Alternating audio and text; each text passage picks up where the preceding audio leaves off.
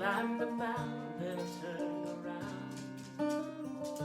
And did you see my reflection on a snow-covered hill?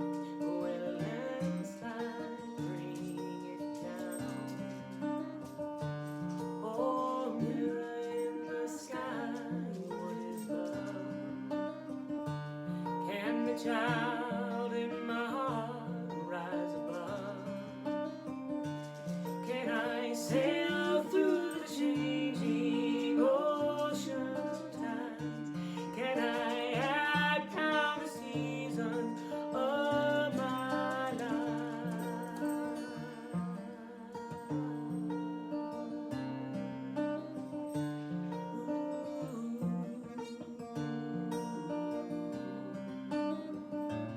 And I've been afraid of changing, 'cause I built my life around you. And time makes you bolder, and even children get older, and I'm getting older too.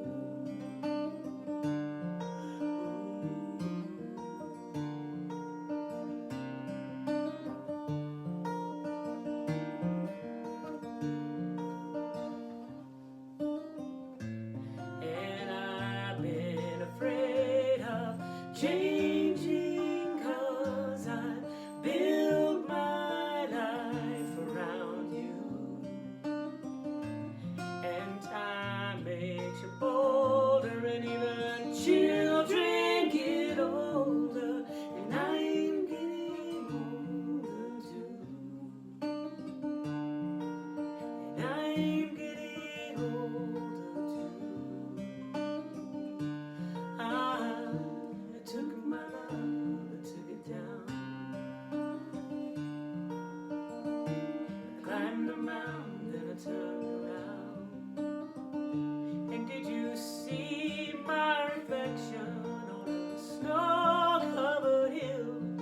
Will a landslide bring it down? And did you see my reflection on a snow-covered hill? Will a landslide bring it down? Will a landslide bring it down? Will a landslide bring it down? Will a landslide bring it down?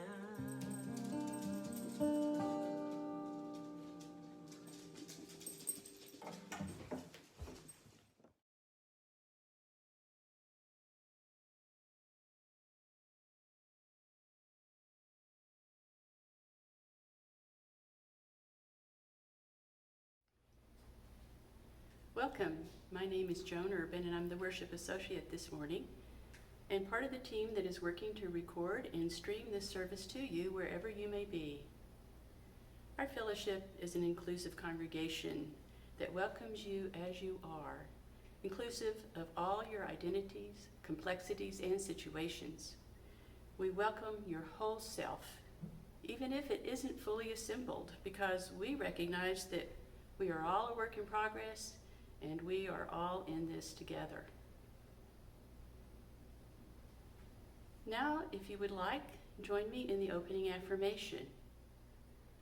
Love is the doctrine of this church, the quest for truth its sacrament, and service is its prayer, to dwell together in peace, to seek knowledge and freedom, to serve humankind in fellowship. For these high purposes do we unite in worship.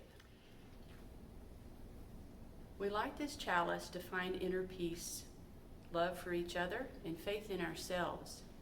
Also, to be welcoming to whomever we meet and kind to all living creatures. So gather round this light of hope as we share this time together.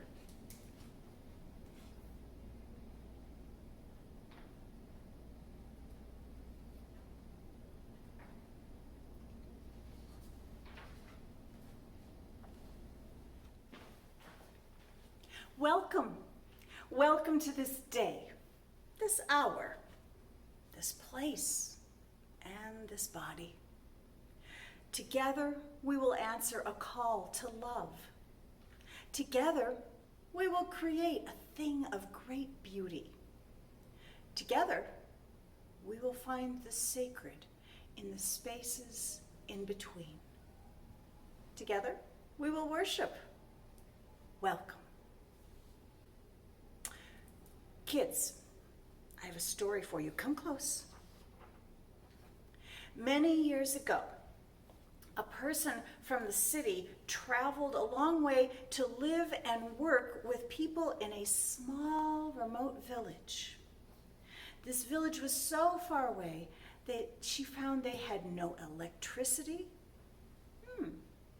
Think of what you would have if you had no electricity. When she arrived, she noticed that the people there entertained themselves in the evening by sitting around the fire, and they'd tell stories and sing songs and dance, tell jokes. And then, while she lived with them, an amazing thing happened. Electricity came to their village. The wires were strung, and they finally had electricity. Lights could turn on, and they eventually got radios and then television. For the first time, the people got to see other people singing and telling stories and dancing. But what was interesting was now they were seeing some of the very best singers, some of the very best storytellers, some of the very best dancers. And something changed. The woman who had come from the city noticed that the people in the village slowly stopped their own singing. They stopped dancing their own dances. They stopped telling their own stories. And sometimes they started criticizing each other because they weren't as good as the people that they saw on television. And when that happened, the person who was living there, the person from the city, noticed that the people who were watching television and listening to the radio, they were entertained, sort of, but they weren't quite as happy. She noticed that some of the young people started to become really dissatisfied with their village, and that people seemed to be more depressed. Now, some people might say that these changes were because the people in the village were now suddenly aware of what was beyond their village, and so they were no longer content with what they had. But the person from the city wondered if maybe the villagers were just not giving themselves permission to dance and play and make things up. Maybe they thought that since they couldn't be as good as the very best singers and dancers, that maybe they just shouldn't even try. And that seemed to cause some parts of their very beings to be smaller and sadder. What do you think? If you lived in this village, what would you do? If you were the person who was from the city and saw all this, what would you want to tell the people in the village? Now here's something that I know. I'll tell you. No one else can tell your story. When you make up a song or a dance, you're making up something that only you can do. No one else could make it the way you make it. No one else would make it the way you make it, because it comes from you. What you create expresses some part of exactly and only you. So if you don't do the work, it doesn't happen. I want you to know I love you. I'm thinking of you. I miss you. And you can always call me. Be well. For the next few months, we'll be taking a moment during each service to learn ideas to help us do the work of learning to be anti-racist. We're starting with introducing the definition and characteristics of white supremacy culture so that we can have a shared vocabulary and ideas to consider. We're drawing upon the works of Robin DiAngelo, Kenneth Jones, and Tema Okun. We'll be posting all this information in our weekly newsletter. Today's message is on defensiveness and will be given by Dwight Vick. Thank you for your introduction, John. I'm Dwight Vick. It's good to be with you today. As you know, we are having our moments of anti-racism. Here's a basic definition of white supremacy culture. The all-encompassing assumed superiority of people defined and perceived as white, and the practice is based on this assumption. It does not refer to individuals, but to an overarching political, economic, and social system of domination. And this comes from Robin DiAngelo's book, White Fragility. Defensiveness is one of those terms. This characteristic is linked to extreme discomfort that happens when people are asked to examine racism. When white supremacy culture is operating, the organizational structure is set up to protect power as it exists, and much energy is spent trying to prevent abuse rather than to facilitate the best out of each person, or to clarify who has power and how they are expected to use it. In this situation, because of either or thinking, criticism of those with power is viewed as threatening, inappropriate, even rude. Because of this, people respond to new or challenging ideas with defensiveness, making it very difficult to raise these ideas. This means that a lot of energy in the organization is spent trying to make sure that people's feelings aren't getting hurt or working around defensive people. Ultimately, the defensiveness of people in power creates an offensive culture. Here are some anecdotes to defensiveness. First, we can understand that structure cannot, in and of itself, facilitate or prevent abuse. Each of us can understand the link between defensiveness and fear. A fear of losing power, of losing face, losing comfort, and losing privilege. And then each of us can work on our own defensiveness. Together, we can name defensiveness as a problem when it is one. You can give people credit for being able to handle more than you think.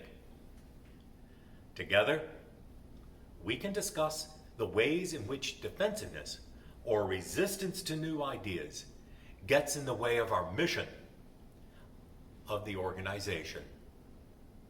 This concludes this week's moment of anti-racism. Thank you. At this time in our service, we recognize the joys and concerns of the congregation. First, I want to light a candle of celebration to recognize that today is Betty Ramsey's 81st birthday. Happy birthday, Betty. And this is a candle of concern for Amanda and Betty because their friend Ben has been diagnosed with COVID-19.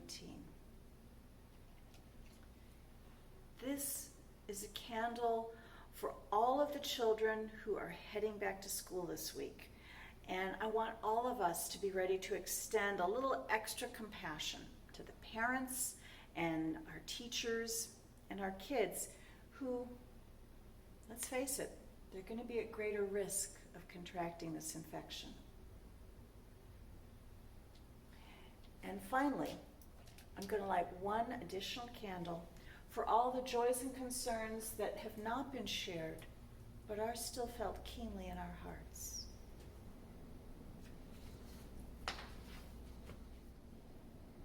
Please join me in saying these words together.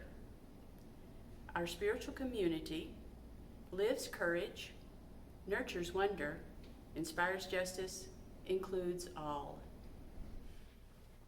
And now, let us take a moment to follow our breath into those places that we have rushed over all week. With each breath, I invite you to go deeper and find that part of your own center that needs attention. Breathing in, breathing out.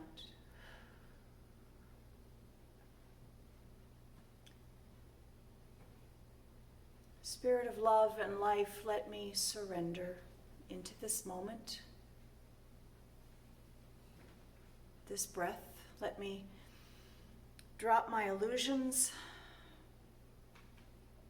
and grant me the courage to count all of my vulnerabilities, the ways that I fall short and miss the mark.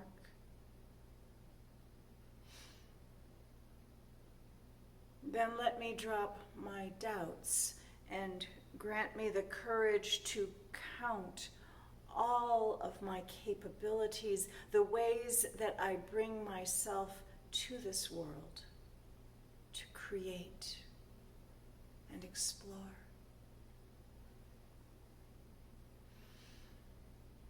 And then remind me of my highest commitments. Remind me of how I am a part of all that is whole and holy.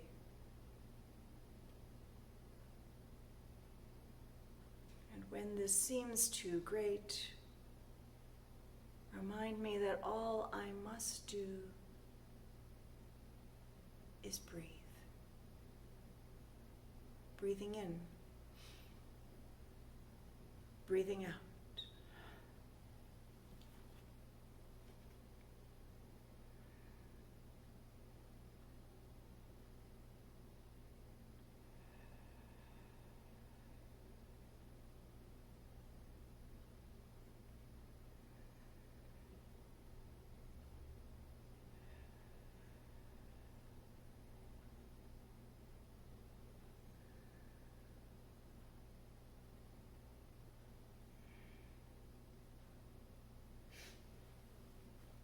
Blessed be. Amen. So many of you know that I love birds, and when Nell was talking about the idea for crafting a life, I couldn't think of anyone that was more appropriate for that than the painter, the artist, John Audubon. And I wrote a song about him. This is called The Man Who Painted Birds.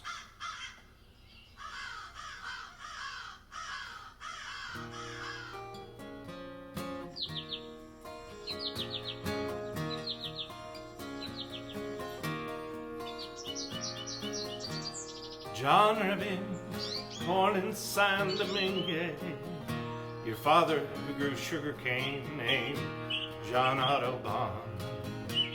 Jean Rabin, your mother, a servant to his lordship, died soon after. You never knew her. Just one of several mixed race kids running round the Haitian plantation.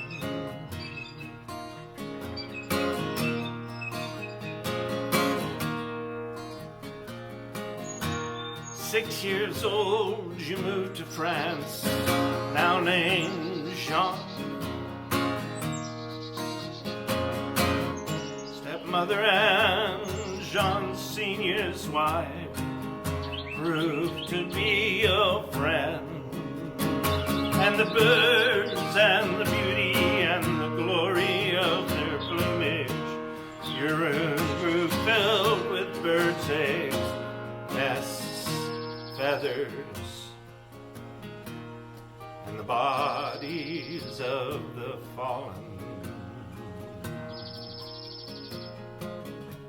To avoid Napoleon's conscription, you moved to Pennsylvania at 18. No longer Sean, but John. Man who painted birds.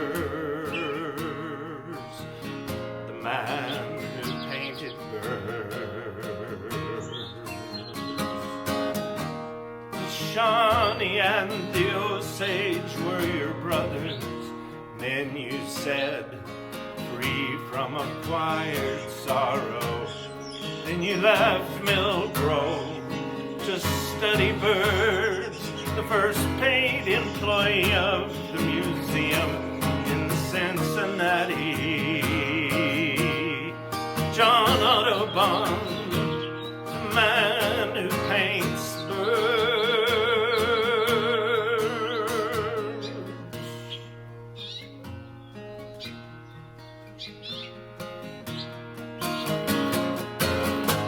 Then to Europe you'll book The Birds of America, the book that cost $1 million to make. How lovely it must have been to see it then, to be transported into forests where you trod, astonished by the spectacle you wrought.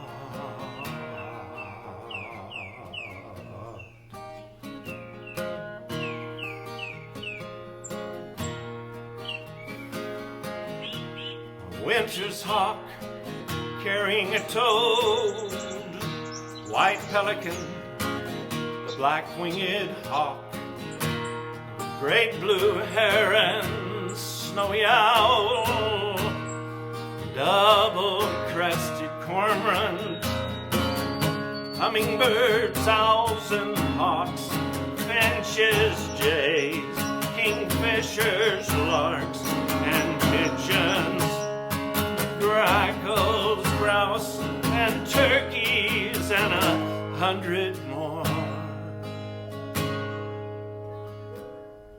all painted by your patient hand. Days spent walking here and there, days when our good land was just a child. The birds of America, all painted by your patient hand.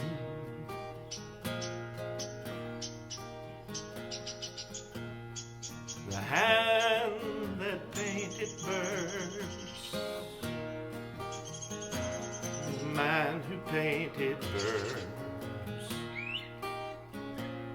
the man who painted American birds.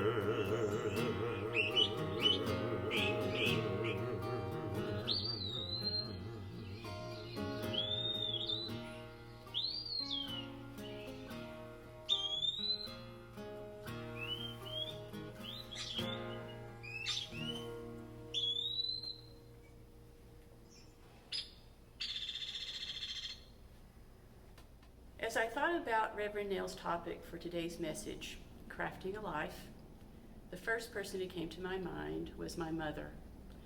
She spent a good deal of her life from her mid-30s onward working on various arts and crafts projects. She especially loved painting. Every year she took lessons, studied the color wheel almost obsessively, and practiced. Over time, she became an equal opportunity painter. She liked painting on canvas, but put a paintbrush in her hand and put a board, a wood shingle, a t-shirt, a blue jean vest, or even a small rock in front of her, and she would go to work. And before long, some figure, some landscape, some collection of flowers would emerge.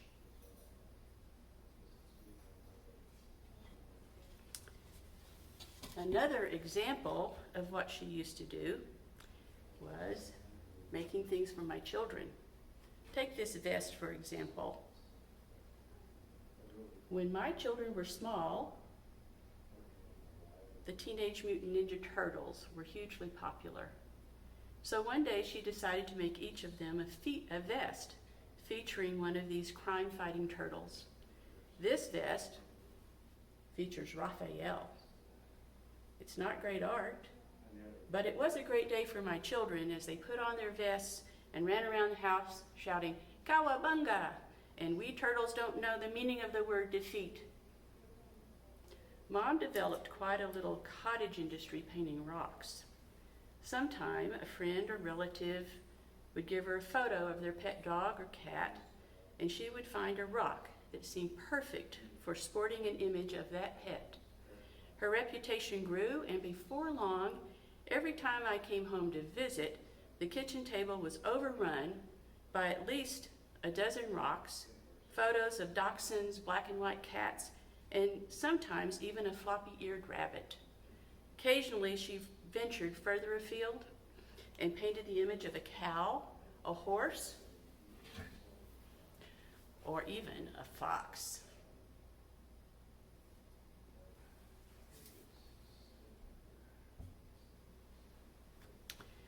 Always eager to try something new, one of Mom's last endeavors was making refrigerator magnets.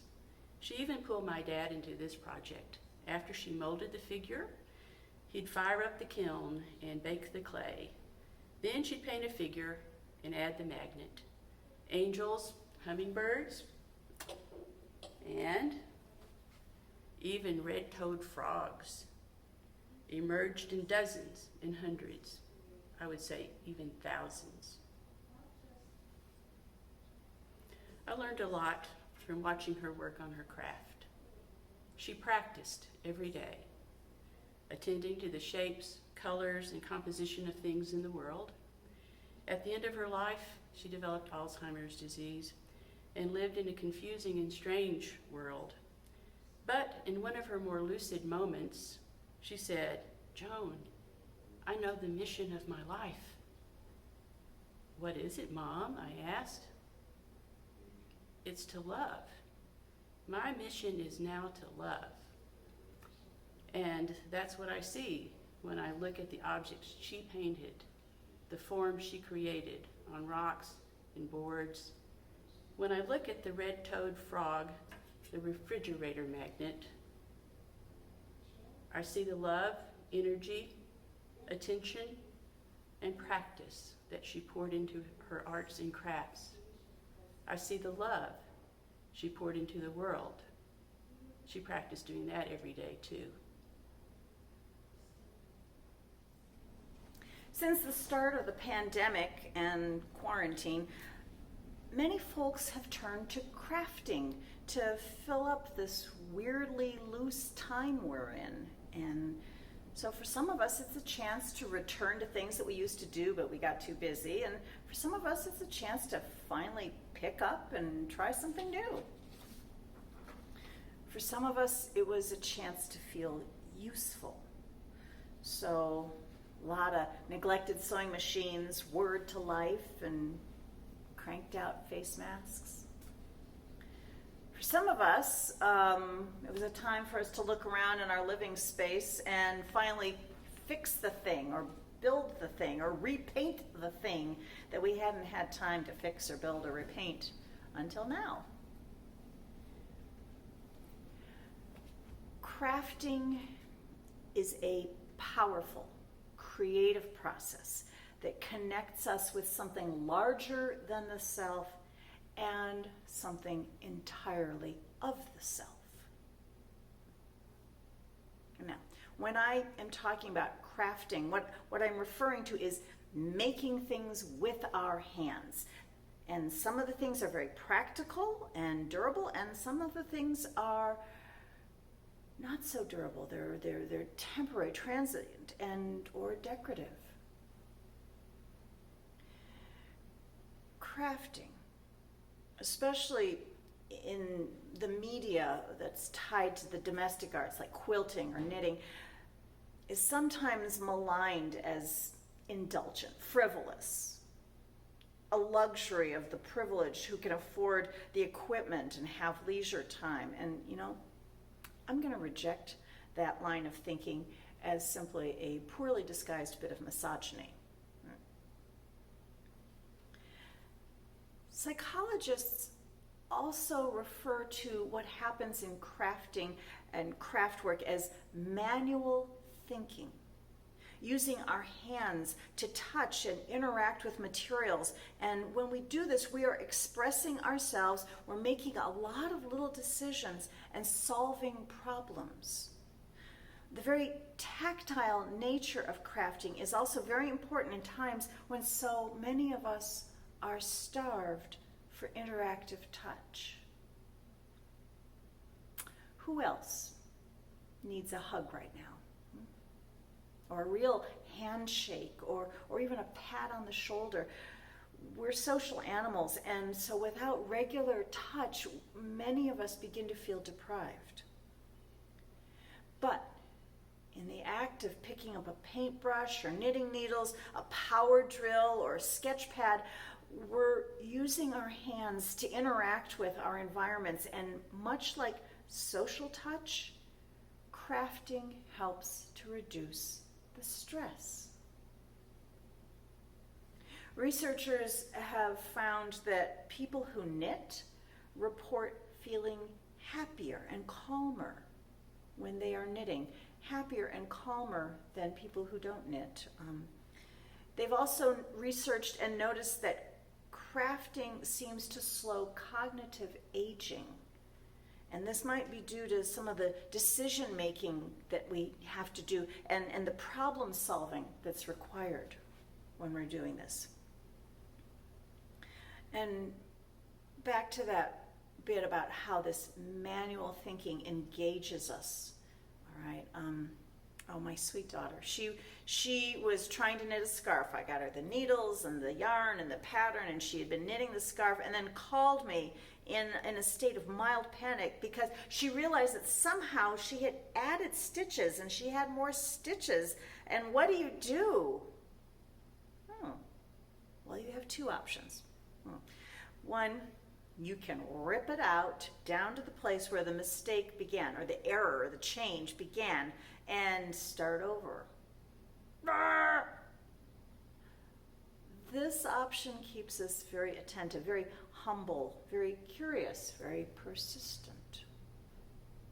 Or, other option, this is a big or, the knitter can look down at the errors and see if there's anything potentially beautiful in this deviation from the pattern. Maybe this is a useful thing, and then incorporate what could have been seen as a mistake into the design.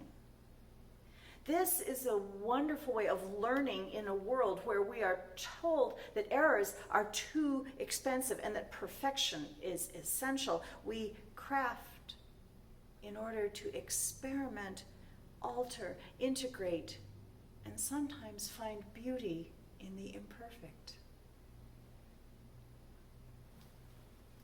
2 days ago, I was talking with a much younger person about all of this. What is it about creativity? And he observed that if one person creates something and another person says that it's no good, that can create self-doubt. And maybe if the creation is no good, maybe that I am no good. And my friend, who just turned 10 years old, explained that this is hateful. I agreed. And this got us talking about what happens to our creativity when we grow up, because most people are very creative, very expressive when they're younger. Kids are really good at making up songs and games and drawing pictures. And then something happens. Many, not all, but many folks stop creating when they get older. And so I asked this young person why he thought that older people stop being creative, and he was pretty blunt. They're afraid. They're intimidated by the voice in their head that says they're not good enough, and that they might have less time if they're busy going to work. A 10-year-old person knows this. Do you? And what's really sad about all of this is that for many creative practices, people don't get good at it unless they do a lot of it. People don't get good at it until they're in their 40s or 50s. But here's some good news. Anybody can create at any age.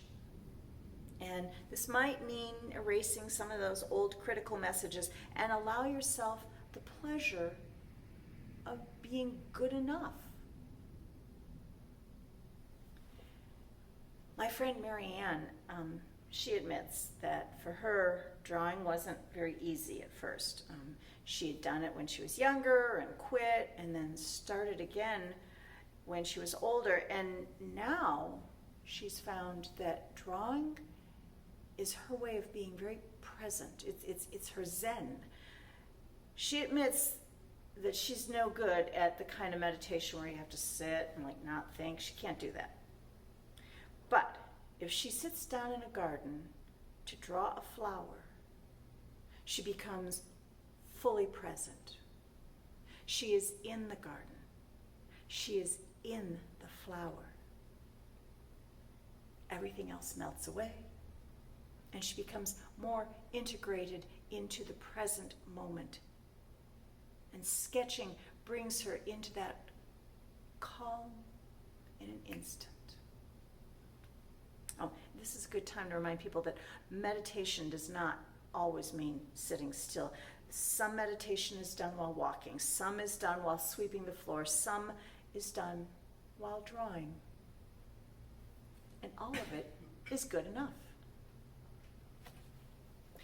My friend Thais is a very creative person. She writes songs and she plays many different instruments and she draws and she paints and she cooks and she builds things. You might even want to call her an artist, as though this somehow makes her different from other people.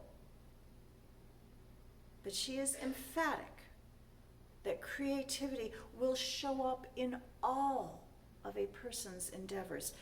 Their arts, their crafts, the useful and the valuable, and the useless and valueless. She recognizes that baking bread, setting a table, putting flowers in a vase, all of these are acts of creativity. She believes that we are all born creative and that it is vital to our well-being. As she explained it to me, the creative impulse is so big. And she warns us that if a person tries to suppress their creativity, it will come out in dangerous ways. It will turn into anxiety and worry. It will claw at a person's inmost center if they do not know how to express it. So, there can be a zen in the creating process. It can be grounding, it can be calming, it can connect us to what is essential. But also, for some of us, it's simply a way to exert some control in this world. Because right now, the world can feel pretty disordered and pretty awful, and we can feel, some of us, like we do not have much control.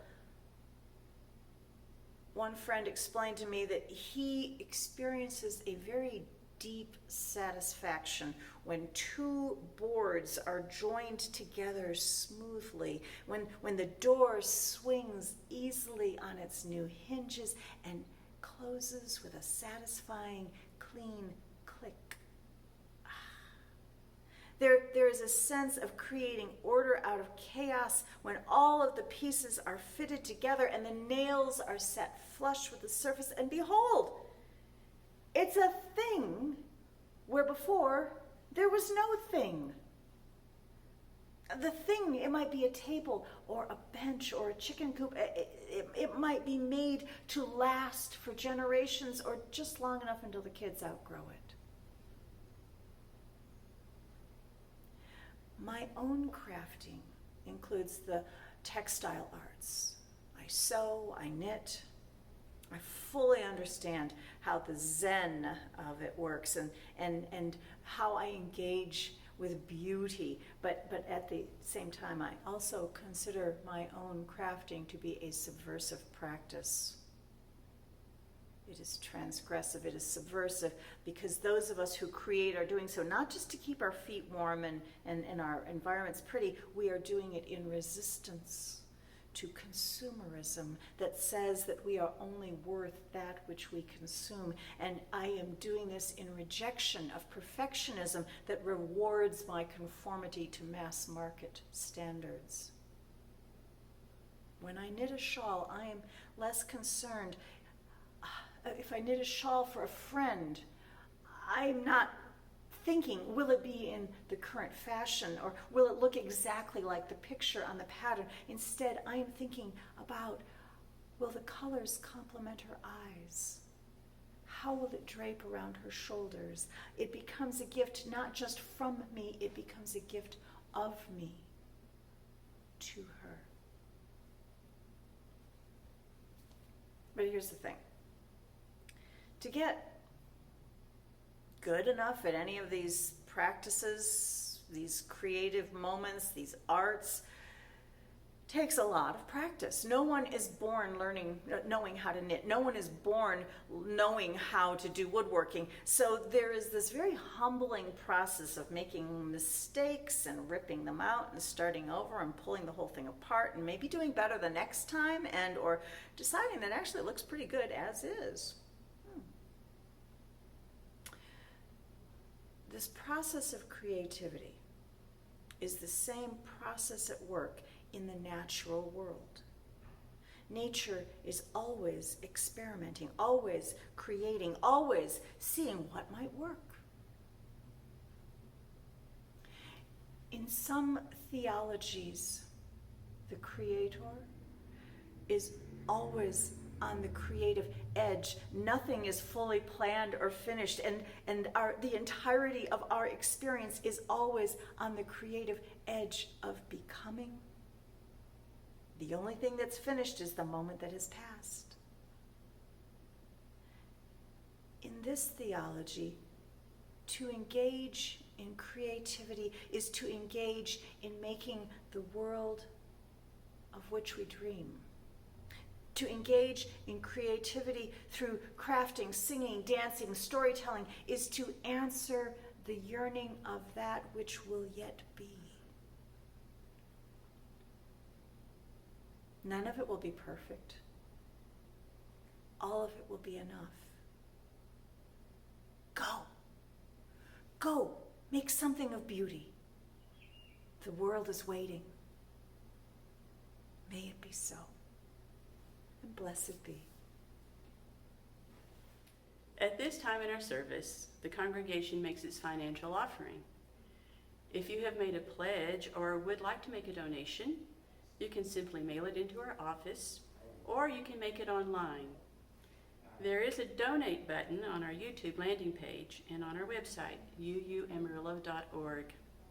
On the home page in the upper right corner, you will find a blue donate button that will take you to a place where you can donate securely through PayPal. If you've made a financial pledge for this year, please keep up your pledge. And now it's time for our announcements. Although we're not meeting in person, our groups are still meeting. Nothing Much Buddhist group will continue to meet on Mondays at 7:30 p.m., so please check their Facebook group for more information. Our UU Adult Religious Education class meets at 11 a.m. on Sundays using Zoom. The class is covering Unitarian Universalist history. If you're interested in attending this class, please contact Lydia Miller. The Summer TED Talk series is continuing. Folks had such a good time with the series in July that they're going to keep going. They now meet every Tuesday at 11 a.m. The current focus will be on talks on racism and anti-racism. You can find the link to their meeting in the newsletter, and for more information, please contact Reverend Nell. Finally, it's time to thank the tech crew. I want to thank all of the folks here who are helping to make this worship service happen. A special, very special thanks goes to John and Larry. Thank you for your dedication and care. We couldn't make this happen without you. If you've been participating in the life of the congregation or simply watching our services online and are now interested in knowing more about the fellowship or becoming a member, please contact us. We have a Path to Membership program that can meet online or in person. Contact office at uuamarillo.org or call our office at 806-355-9351 and leave a message. Now's the time for extinguishing the chalice. The flame is extinguished, but not our hope for the future, our courage in the face of crisis, or the love we share in all the world.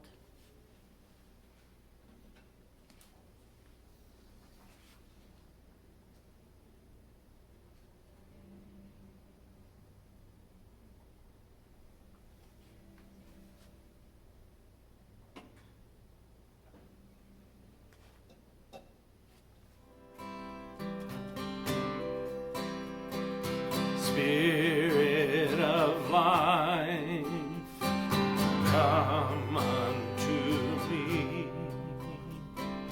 Sing in my heart all the stirrings of compassion. Blow in the wind, rise in the sea, move in giving life the shape of justice. Roots hold me close, wings set me free. Spirit of life, come to me, come to me. Please join me in our closing words. May the fellowship of this hour touch and move our lives until we come again together. As you head out into this world, please carry these words with you. Because of how you sing, you are someone's hope. Because of how you dance, you are someone's help. Because of how you tell your story, you are someone's healing. Go in peace, and blessed be.